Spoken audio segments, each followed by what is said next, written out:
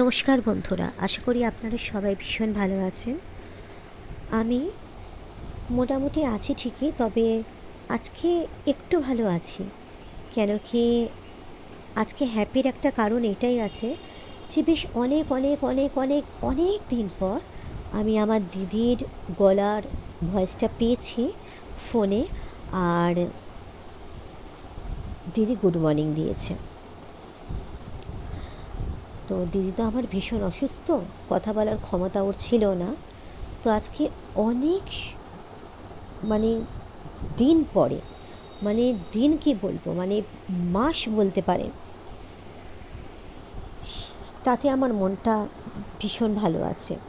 এটা যে আমি ভগবানকে ভীষণ ধন্যবাদ জানিয়েছি, সেটা জানালেও অনেক কম জানানো হবে। ভালো আছে আমার মনটা বেশ। তা আমি আজকে আপনাদের কাছে এই জিনিসটাই আলোচনা করতে বসেছি আপনাদের কাছে, মানে শেয়ার করব যে এক নিমেষে, মানে এক মুহূর্তের মধ্যে আমার দিদির জীবনটা কিভাবে বদলে গেল। আমি দিদিকে না দেখলে আমি জানতে পারতাম না মানুষের জীবন নিমেষের মধ্যে পাল্টে যায়। 2023 13ই জুন আমার দিদির জীবনে এরকম একটা বড় দুর্ঘটনা ঘটে গিয়েছিল। আমার দিদি হায়ার সেকেন্ডারি স্কুলের টিচার। তো 2023 14ই জুন আমার দিদির গরমের ছুটির পরে স্কুল খোলার কথা। তার দুদিন আগের কথা আমি বলছি। দিদির সাথে ফোনে অনেক কথা বলছি, হতেই থাকতো দুই বোনের মধ্যে কথা। এরকম আপনাদেরও অনেক নিজেরা অনেকে দুই বোন আছেন, ফোনে কথাবার্তা হয় অবশ্যই। তেমনি আমাদের মধ্যেও খুব স্বাভাবিক, দুজনের মধ্যে অনেকক্ষণ গল্প হতো ফোনের মধ্যে। তো যেদিন ঘটনাটা, মানে দুর্ঘটনাটা ঘটলো, তার আগের দিন কিন্তু আমার দিদি আমৃতে থরলি চেক আপ করেছে, সব রকমের টেস্ট করেছে আমার দিদি, সব রকমের আমৃতে। তো যেদিন আমাদের কথাটা হচ্ছিল, মানে 11ই জুন, সেদিনে কিন্তু দুই বোনের মধ্যে এটাই কথা হচ্ছে, মা ওষুধ খায় না, মা কোনো কথা শোনে না আমাদের। কিন্তু মাকে আমরা বোঝাতেও পারছি না ব্যাপারটা।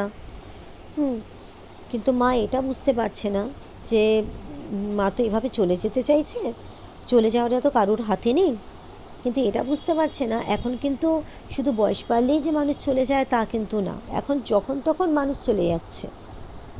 এখন আমাদের বয়সও এখন বাড়ছে, আমরাও সব 50-এর কাছাকাছি হতে চলেছি। তো আমরাও যখন তখন চলে যেতে পারি। তখন এইসব কথাবার্তা দিদির সাথে আলোচনা হচ্ছিল। দিদি আমায় বলছিল শুধু সেটাই না, এটাও বলছিলাম যে আমরা তো এটাই চিন্তা করছি, আমাদের যদি কিছু একটা হয়ে যায়, মা তখন পড়ে থাকবে, তখন মাকে দেখার কি আছে, মায়ের তখন কী হবে, এগুলো বোঝার ক্ষমতা মায়ের হচ্ছে না। মা ওষুধ খায় না, মা খাবার খেতে চাইছে না। মা তো দেখলো এই করে করে ডাক্তার না দেখিয়ে, ওষুধ না খেয়ে বাবা তো চলে গেল, বাবার আগে তো যেতে পারলো না। সে এক সেম জিনিসটা করছে।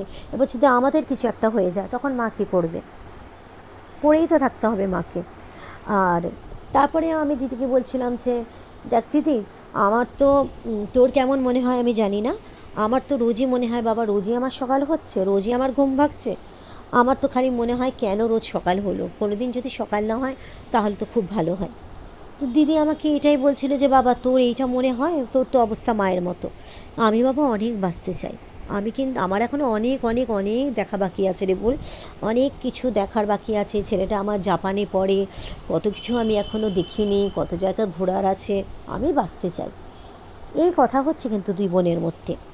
তার মধ্যে পরের দিনে যে ওর আমৃতে সব চেক আপ আছে, টেস্ট আছে, সেটাও বললো যে কাল কিন্তু আমাকে ফোন করে পাবি না, আমি টেস্ট করে এসে তোকে আমি নিজে ফোন করব, কারণ কি তুই তো আমায় ফোনে পাবি না, আমি নিজেই তোকে ফোন করে নেব। তো এই জন্য পরের দিন আমার ফোন হয়নি, ও টেস্ট করে এসে ও আমাকে নিজেই ফোন করেছিল। খুব টায়ার্ড ছিল, এই জন্য বেশি কথা হয়নি। এবার পরের দিন 13ই জুন আমিও কাজে ব্যস্ত, দিদিও কাজে ব্যস্ত থাকতো। তো ন্যাচারালি সকালবেলা একবার ফোন করলাম, যেমন 11টা নাগাদ মোটামুটি ফোন করতাম, তেমনি ফোন করলাম, রিং বেজে গেল। তো ভাবলাম দিদি কাজে ব্যস্ত আছে, পরে কথা বলা যাবে, নইলে ও রিং ব্যাক করে নেবে। তো পরেও ফোন করলো না, তখন ভাবলাম যে ঠিক আছে পরে বিকেলবেলা কি সন্ধ্যেবেলার দিকে একবার ফোন করবো, অনেক সময় তো খুব ভীষণভাবে ব্যস্ত থাকে কাজে। তো দুপুরের থেকে হঠাৎ ফোন, ওর নয়, ওদের বাড়িতে যারা আমার মাকে দেখাশোনা করেন, রক্ষণাবেক্ষণ করেন, তার মধ্যে একটা দিদির ফোন, মানে মানে যিনি রক্ষণাবেক্ষণ করে সেই এক দিদির ফোন। আমার দিদিকে তারা বড়দি বলে, আমাকে ছোটদি বলে। তা ফোন করে হঠাৎ এক দিদি আমাকে ফোন করে বলছেন, ছোটদি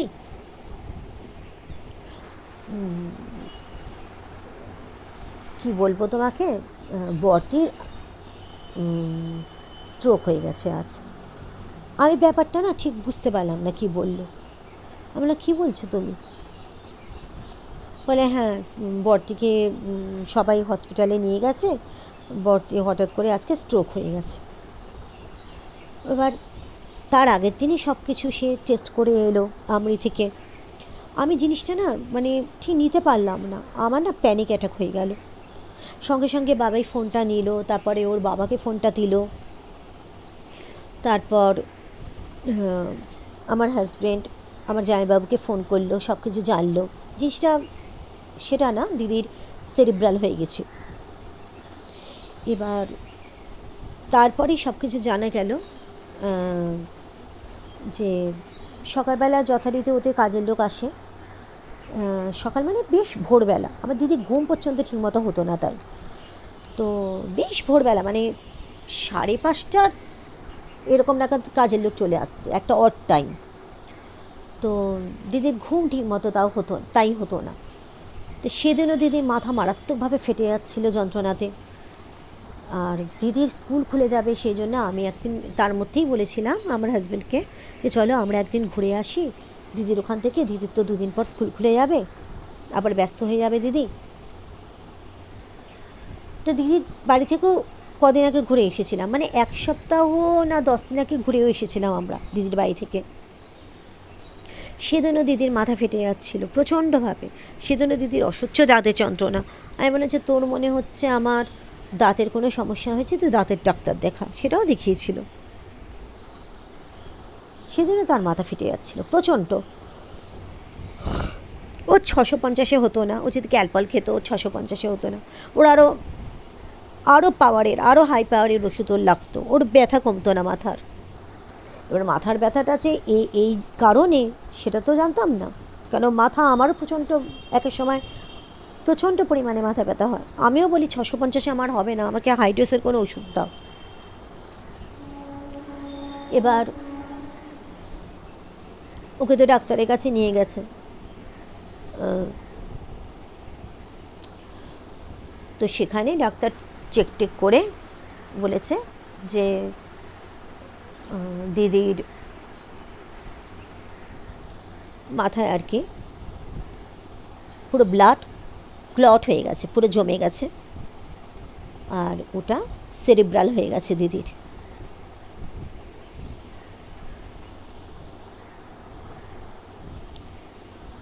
তো এবার কি করা যাবে? তো ডাক্তাররা কিছুক্ষণ সময় নিল এবং ইয়েকেও চিন্তা করতে বলল, বাড়ির লোক মানে ওর হাজব্যান্ডকে ন্যাচারালি চিন্তা করতে বলল যে কি করতে চান, এইভাবে ফেলে রাখতে চান আর একটু মানে আর কিছুক্ষণ দেখতে চান 24 ঘন্টা, নাকি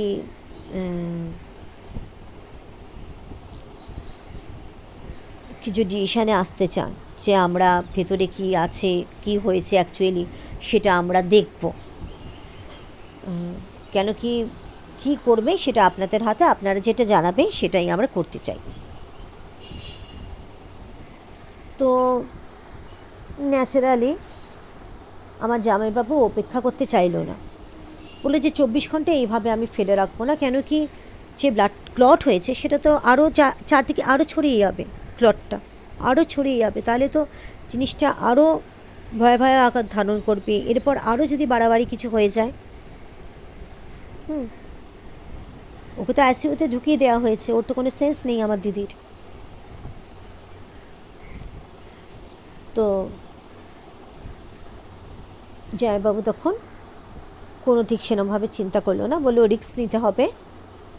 তো ডাক্তারকে আমার জামাইবাবু জানালো যে আপনারা 24 ঘন্টা আর ফেলে রাখবেন না, ইমিডিয়েটলি যা ব্যবস্থা করার আপনারা করুন। তো ডাক্তাররা তখন ঠিক করলো যে ক্রেনিওটমি করবে। ক্রেনিওটমি হচ্ছে মাথার খুলিটা খুলে ওই যে ব্লাডটা ক্লট হয়েছে ওখান থেকে পুরো টেনে নেবে। তাই হলো, যথারীতি দিদির পুরো মাথার ওপরটা খুলে, মানে খুলিটা ক্রেনিওটমি করা হলো। অনেক অনেক অনেক অনেক ঘন্টা লাগলো, 6 ঘন্টার ওপর লেগেছিল। ওটা খুব রিস্কের ব্যাপার ছিল। অবশেষে ওটা সাকসেস হলো, কিন্তু জ্ঞান আর ফেরেনি তখন সেই সময়টা। তো জ্ঞান ফেরার জন্য ডাক্তাররা ওয়েট করতে বলল, জ্ঞান আর ফিরছে না। পরের দিনও গেল, জ্ঞান আর ফিরছে না। সেটা একটা বড় চিন্তার ব্যাপার হয়ে গেল। তো অনেক রকমের কমপ্লিকেশান চলে এসেছিলো আমার দিদির শরীরে। অক্সিজেনের মাত্রা কমে যাচ্ছিল, কার্বন ডাইঅক্সাইডের মাত্রা বেড়ে যাচ্ছিল, হিমোগ্লোবিন কমে গেছিল, অনেক রকমের কমপ্লিকেশান দেখা গিয়েছিল। তো অবশ্যই দিদি যখন জ্ঞান ফিরল, দিদির তো চারদিকে মেশিন লাগানো ছিল। তো তখন বাপিদা আমাকে, মানে দিদির হাজব্যান্ড, যখন বাড়িতে দিদি কে রিলিজ করা হয়, দিদি যায়, কথা বলতে পারে দিদি যখন, তখন বাপিদা এটা জানায় যে আমার দিদি তো সেই সময় তো চারদিকে মেশিন লাগানো, মুখে টুকে সব মেশিন টেশিন লাগানো ছিল, নাকটাকে। তখন দিদি জল খেতে চেয়েছিল এবং মুখে কথা বলতে পারছে না বলে একটা কাগজ আর পেন নার্স দিয়েছিল দিদিকে। ওই অবস্থাতেও ও নাকি কাঁপা কাঁপা হাতে লিখেছিল জল খাবো, সেটা লিখতে পেরেছিল। তা যাই হোক, অনেক অনেক অনেক দিন ওখানে থেকে অবশেষে বাড়িতে ফিরে এলো দিদি। ফিরে আসার আগেও সিটি স্ক্যান থেকে আরম্ভ করে সব রকমের টেস্ট করে টোরে ডাক্তাররা অবশেষে দিদিকে বাড়িতে ফিরিয়ে দিল। এবং তার আগে একটা জিনিস, সিএমআরআইয়ে দিদি ভর্তি হয়েছিল। ওখানে ডাক্তারের হাত খুব ভালো ছিল, এটা ঠিক, কিন্তু সবচেয়ে বড় হচ্ছে দুঃখের কথা যেটা, সেটা হচ্ছে, এবং সেটা হচ্ছে এটাই যে এই ক্ষেত্রে বাড়ির প্রসঙ্গটায় আমি চলে আসি। যখন মানে যেদিন ঘটনাটা ঘটলো আর কি, কাজের লোক বাসন মেজে চলে যাওয়ার পর আমার দিদির বরাবর একটা দিদির অভ্যেস ছিল যে আমার দিদি সব বাসন আবার ধুয়ে মুছে আবার রাখতো। সেদিনও মাথা ফেটে যাচ্ছে, তাও এই জিনিসটা করেছিল। তারপর যখন শরীরটা দিচ্ছে না, ঘরের মধ্যে গেছিলো, ঘরের মধ্যে ঢুকে মাথা তো ফেটে যাচ্ছে, তো সুগারটা ভেবেছিল বোধহয় সুগারটা ফল করেছে ও। তো সুগারটা চেক করলো, করার পরে সুগারটা খুব, মানে সত্যি ফল করেছিল সুগারটা। তো নিজের হাজব্যান্ডকে তখন ডাকলো, ডেকে বললো যে ওর শরীরটা খুব ভালো লাগছে না। তখন বাপিতা আবার ও সুগারটা মাপলো। তারপর দেখলো দিদির ঘাম হচ্ছে, শরীরটা কেমন ঠান্ডা হয়ে যাচ্ছে, কেমন ছেড়ে দিচ্ছে বডিটাও। তারপর অবশেষে ভমিটিং স্টার্ট হলো আমার দিদির। তা হাউস ফিজিশিয়ানকে যখন ফোন করলো আমার জামাইবাবু, তখন ওকে বললো যে হাউস ফিজিশিয়ান বলে এরকম যখন সিমটম দেখতে পাচ্ছ, ইমিডিয়েটলি তুমি কোনো নুন চিনির জল বা ইলেকট্রল কিছু একটা খাওয়া, যখন বমি স্টার্ট হচ্ছে। সেটা খাওয়ালো, কিন্তু তাতে তো আর ভমিটিংটা কমেনি। কিন্তু একটা যেটা লক্ষ্য করেছিল আমার জামাইবাবু, যে পায়ের যে বুড়ো আঙুলটা সেটা ভেতর থেকে এইভাবে ঢুকে যাচ্ছে। বা পায়ে পুরো আঙুলটা এইভাবে ঢুকে যাচ্ছে। সেটা লক্ষ্য করেছিল। বডি পুরো ছেড়ে দিয়েছে। সঙ্গে সঙ্গে সে অ্যাম্বুলেন্সে খবর দিল। এটা একটা যে অ্যাম্বুলেন্সটা কিন্তু মানে ছুটির দিন ছিল না, উইকডেজ ছিল। 15 মিনিটের মধ্যে কিন্তু অ্যাম্বুলেন্সটা চলে এসেছিল এবং তৎক্ষণাৎ তাড়াতাড়ি নিয়ে যেতে পেরেছিল, ধরাধরি করে নিয়ে যেতে পেরেছিল, সিএমআরআইয়ে ঢোকাতে পেরেছিল। ওদের বাড়ি থেকে বেশি দূর না সিএমআরআই, হয়তো বেহালা কলেজ যেতে পারি। এবার সেরিব্রাল হওয়ার কারণে যে জিনিসটা হলো, এবং দিদির মোটামুটি জ্ঞান ফেরার পরে যেটা সবচেয়ে বড় শক, একে তো এটার কষ্ট, বা হাত বা পা দিদির বসে গেল পুরো, একেবারে বসে গেল আমার দিদির। আর যে জিনিসটা যেটা হয়েছিল যে এখন তো দিদি রোগা হয়ে গেছে, সেই সময় দিদির ওজনটা বেশি হওয়ার জন্য কিনা জানি না, কাঁধ থেকে এই যে কাঁধের সাথে আমাদের এটা তো লাগানো থাকে, তো এই যে কাঁধের হাড়, এই কাঁধের হাড় এখান থেকে ডিসলোকেট হয়ে গেল, মানে এটা খুলে গেল, কাঁধ নয় ঝুলে গেছিল। অসহ্য যন্ত্রণা, অসহ্য। বলছে কত কিছু ফেস করেছে, কত কিছু ফেস করছে।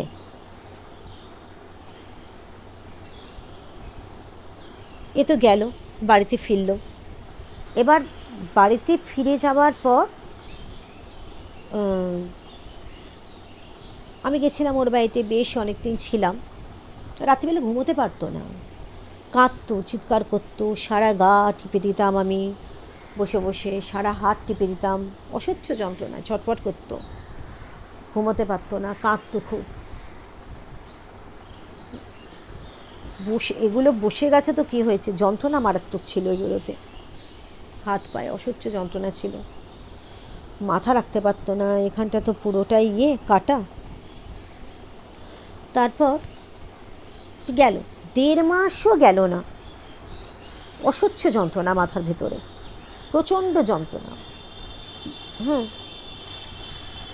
ফিজিওথেরাপিস্ট আসতো বাড়িতে, সে হাত ফাত নাড়ানো শুরু করেছিল, আস্তে আস্তে ধরে ধরে হাঁটানো শুরু করেছিল। হঠাৎ দেখা যাচ্ছে ডিসব্যালেন্স হয়ে যাচ্ছে,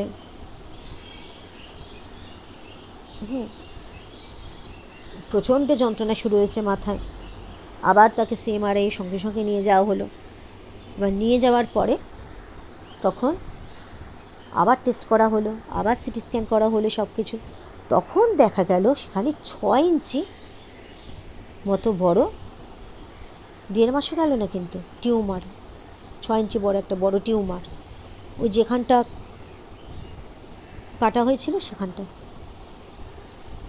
সেটা যখন বায়োপসি করা হলো তখন দেখা গেল হচ্ছে সেটা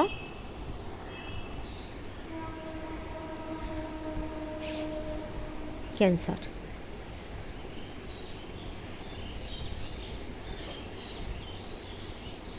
ন্যাচারালভাবে আমার দিদি মানে ভীষণভাবে ভেঙে গেল যখন ফার্স্ট জানতে পারলো ওকে ওখানে কেমো দেওয়া স্টার্ট হলো। আমাকে ভোরবেলা ফোন করে ভীষণভাবে কান্না, ভুল আমাকে কেমো দেবে, ভীষণ চিৎকার করে কান্না। মানে এগুলো, আমার বাবা চলে গেছে, ক্যান্সারে চলে গেছে, মানে এগুলো মেনে নেওয়া যায় না।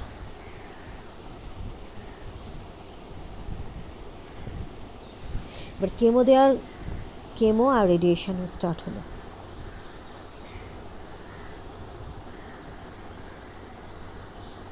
শুধু তাই না, যেখানটা ওর কাটা হয়েছিল এখানটা, ওটাই আবার কেটে ওখানটাই আবার ফাঁক করে ওই টিউমারটা কেটে কেটে কেটে কেটে কেটে কেটে কেটে কেটে আবার বের করা হলো। অসংখ্য সেলাই পড়ল, ওই জায়গাটাই আবার পুরো মাথার খুলিটা কাটা, একই জায়গায় দুবার কাটা হলো। কি কষ্ট। তারপর ওর কেমো স্টার্ট হলো, তারপর ওর রেডিয়েশন শুরু হলো। ওইটা বিরাট বড় একটা অপারেশন হয়েছিল, 10-11 ঘন্টা মতো এরকম হবে। মানে আমি ঠাকুরের সামনে দাঁড়িয়ে আছি, শিব, আমার ভাই, আমি শিবকে ডাকছি, আমি রামকে ডাকছি, এরমভাবে মানে ম্যাক্সিটা সেই ভিক্ষের ঝুলির মতো করে যে আমার দিদিটাকে বাঁচাও, ঠায় দাঁড়িয়ে আছি আমি। মানে ডাক্তার বলেই দিয়েছিল ভগবানকে ডাকুন, যেমন ডাক্তার বলে, কিছু করার নেই, এদিক থেকে ওদিক হয়ে গেলেই মানে এত বড় একটা অপারেশন হবে। তো ডাক্তারের হাত ভালো ছিল। তারপর তো সেটা হলো সেই 2023-এর, এটা হচ্ছে পুরো পুজোর সময়টা, ওই সময়টা হচ্ছে রেডিয়েশন চলতে থাকলো কেমোর সাথে সাথে। কেমো মোটামুটি 7টা মতো বোধহয় পড়েছিল বোধহয়, কারণ প্রচণ্ডভাবে হিমোগ্লোবিন নামছিল। কেমো দিলে কিন্তু হিমোগ্লোবিন পড়তে থাকে, কেমো বন্ধ করে দিল, শুধুমাত্র রেডিয়েশনে চলতে থাকলো। আর রেডিয়েশনে প্রচণ্ডভাবে শরীর দুর্বল করে দেয়, প্রচণ্ড শরীর দুর্বল করে দেয়। ও প্রতিটা রেডিয়েশন ও কী করলো, রেডিয়েশন গিয়ে দিত। ও এসে আমাকে ফোন করতো, কথা বলতে পারতো না, কথা বলার ক্ষমতা থাকতো না, তা বল আমার আজকে এই সময় রেডিয়েশন হয়েছে, এটা আমি কমপ্লিট করেছি, আমার এত নম্বর রেডিয়েশন হলো।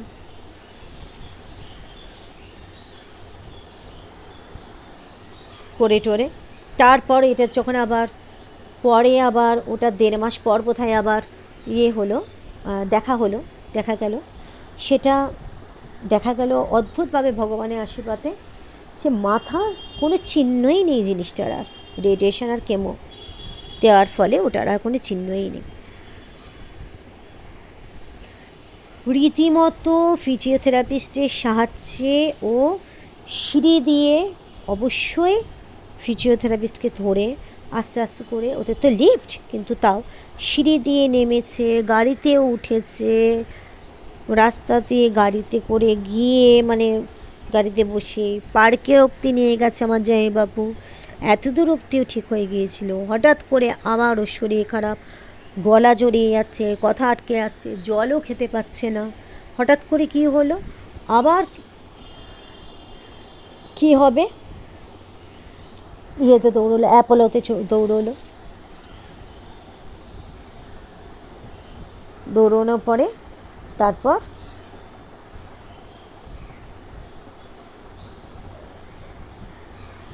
দেখা গেল যে মেডুলা আছে আমাদের, ঠিক এই যে মেইন নার্ভটা এখানটা, এইখানে টিউমার হয়েছে, এইখানটা, এখানে মেইন নার্ভ যাচ্ছে, এটার জন্য কথা জড়িয়ে যাচ্ছে, জলও খেতে পারছে না, খাবার তো দূরে থাকুক, সোজা বুঝতে পারছে না, অসহ্য ঘাড়ে যন্ত্রণা, অসহ্য ঘাড়ে যন্ত্রণা।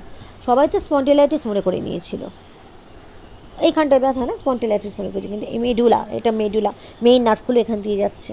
ডাক্তাররা দেখে বললো যে এখানে আমরা হাত দিতে পারবো না। এখান থেকে অনেকে বললো যে সিরিঞ্জ দিয়ে টেনে আমরা ব্যবস্থা করতে পারি, দেখতে পারি, না, এখানেও রেডিয়েশন দেওয়া হলো, আন্দাজে ঢিল মারার মতো রেডিয়েশন হলো। বলে এখানটা কাটাকাটির কোনো সিন নেই, বাঁচবে না, কোথা থেকে কোন মেইন নার্ভে কী একটা খোঁচাখুচি হয়ে গেলেই শেষ। ভগবানের ওপর ভরসা করে ব্যাস দেওয়া হলো। একেবারে দুর্বল হয়ে গেল, বসার আর ক্ষমতাই নেই, করে টোরে হসপিটাল থেকে ফিরল।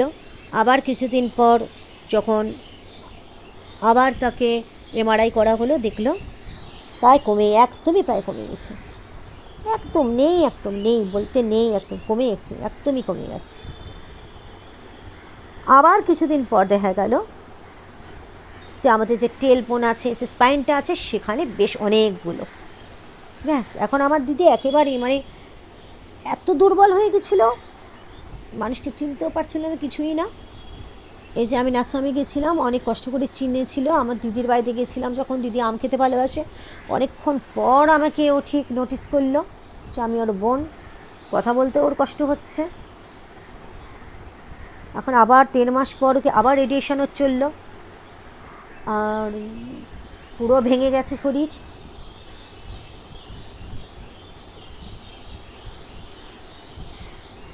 কথা বলা বন্ধ হয়ে গিয়েছিল, জীবন থেকে হাসিটা চলে গেছে। এই যে বলি না সবসময় হাসিটা রাখবেন, হাসি চলে যাওয়া মানে হচ্ছে জীবনের সব চলে গেল। আমার দিদিটা এত হাসতো, এত সুন্দর, এত হাসি খুশি, সবাইকে হাসিয়ে রাখতো। সেই মানুষটার একটার পর একটা, একটার পর একটা, একটার পর একটা লিঙ্ক নেই, একটার সাথে একটা লিঙ্ক নেই। প্রথমে মাথায়, তারপরে এই মেডুলাতে, এখন এই সিদ্ধারায় লাফিয়ে লাফিয়ে লাফিয়ে লাফিয়ে একটার পর একটা অন্য অন্য জায়গায় হচ্ছে, ডাক্তারই বুঝতে পারছে না। তবে হ্যাঁ, এখানে অপারেশনটা করার পরে মাথায় অ্যাপোলোতে কিন্তু ডক্টর সন্দীপ পাল, অ্যাপোলোর এত ভালো ডাক্তার, ওখানে কিন্তু রেডিয়েশনটা হয়েছে। ওখানে কিন্তু মাথার রেডিয়েশন থেকে শুরু করে মেডুলা এগুলো সব, কেন কোনো টাটা ফাটা কেউ কোনো কেস নিতে রাজি হলো না। এ বলে কেন অপারেশন ওখানে করিয়েছেন, তো কি পেশেন্টকে ফেলে রাখবে? আমি তো বলবো টাটা সবচেয়ে ফালতু জায়গা। ওখানে আমার কিন্তু মামার ছেলে আছে, নিজের বড় মামার ছেলে ওখানে আছে, তাও বলবো। এই অ্যাপোলো হচ্ছে আমার দিদির কেসটা নিল সন্দীপ পাল।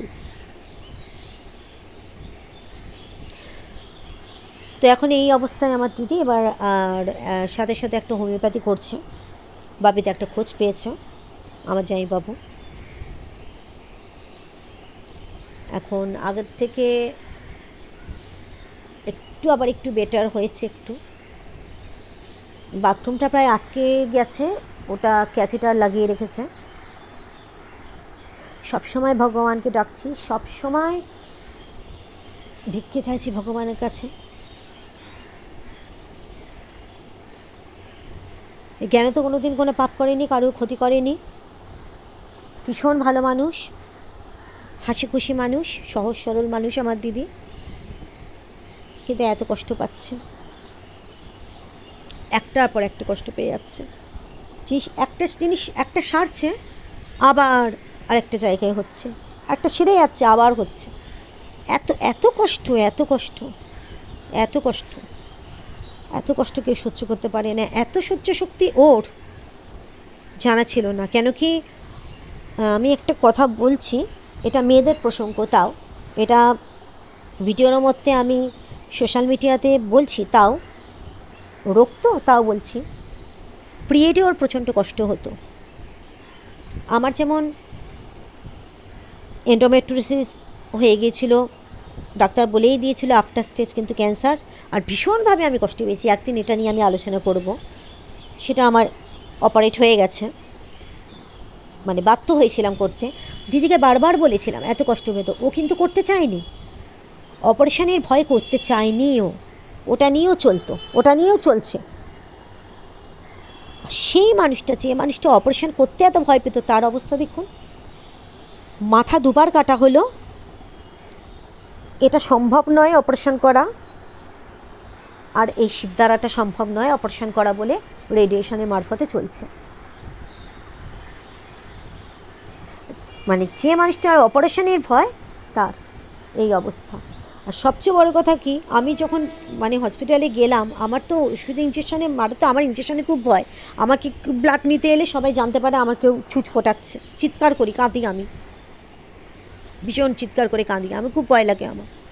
আমার দিদির বা হাত পা অবশ বলে কিছু পাচ্ছে না বলে ডান হাত ফুটিয়ে ফুটিয়ে পুরো কালো কালশিটি করে ফুলিয়ে দিয়েছে, বা পায়ের পাতায় ওরা চ্যানেল করছে, এখানে চ্যানেল করছে, কুচকি সেখানে কুচকির পাশে চ্যানেল করছে। এমনকি মানে দিদি প্রাইভেট পার্টে পর্যন্ত চ্যানেল করছে। এত কষ্ট দেখা যায় না, আঙুলগুলোতে তো চ্যানেল করছে। এখন দিদি এত দুর্বল হয়ে গেছে, দিদির ডান হাতটাও আর নাড়াতে পারছে না বলে স্টিফ হয়ে গেছে, দিদির ডান হাত পাও আর নড়ছে না। বাবিদিকে বলেছি, তুমি জামাইবাবুকে বলেছি, তুমি ফিজিওথেরাপিস্টকে খবর দাও, আবার আস্তে আস্তে শুরু করা, হাত পা তো চালাতে হবে। আমার বাবার ক্যান্সার ছিল, আমার বাবার হাত পা চলতো। অ্যাপোলোতে যে এতজনকে দেখে, দিদি আমায় বলেছে যে বল হাত পা কিন্তু সবার চলে রে, আমার হাত পাও চলে না, বড় কষ্ট লাগে দিদিটাকে দেখে। আমার দিদি খুব তাড়াতাড়ি সুস্থ হয়ে যায়। আমি যে এত কিছু এই যে ভিডিও করি বা শর্ট যখন দিই, আমি হাসি আনন্দ করি বা আমি গানের তালে তালে হাসি, আমি যখন এক একটা ভিডিওতে কাঁদি না, আমার দিদিকে খুব মনে পড়ে। ওটা কিন্তু কোনো অ্যাক্টিং না, আমার মনের মধ্যে খুব, আমি বোঝাতে পারবো না। আর আমার করার কিছু ক্ষমতা নেই, শুধু ভগবানকে ডাকা ছাড়া।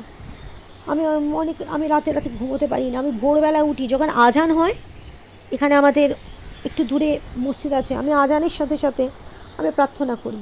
কেন আমার মাথায় ওটা একটা জায়গায় আমি কোথায় শুনেছিলাম যে 4টে থেকে 5:30 অবধি ব্রহ্ম মুহূর্ত, সেই সময় তুমি যা বলবে সেটা তোমার মনোবাসনা পূর্ণ হবে।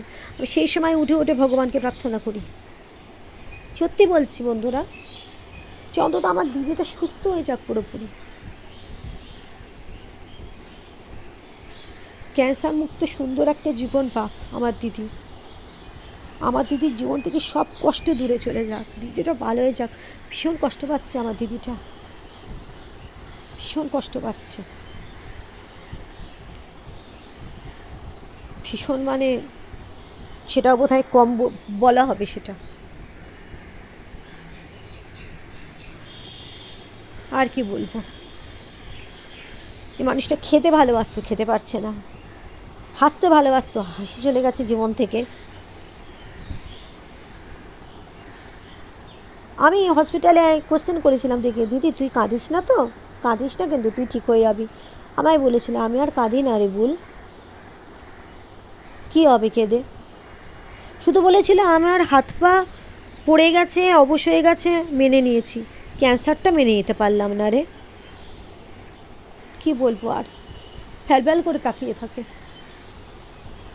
ও মুখ থেকে কথা বেরোতো না, ফ্যালফ্যাল করে। সেই দিদিটা আজকে গুড মর্নিং দিয়েছে, তা আমি হ্যাপি হব না? আপনারাই বলুন না বন্ধুরা, আমি হ্যাপি হব না? আমি তো আমার দিদিটাকে ভীষণ ভালোবাসি। আমি তো ভগবানকে বলি, আমার জীবনের বিনিময়ে আমার দিদিটাকে ভালো করে দাও।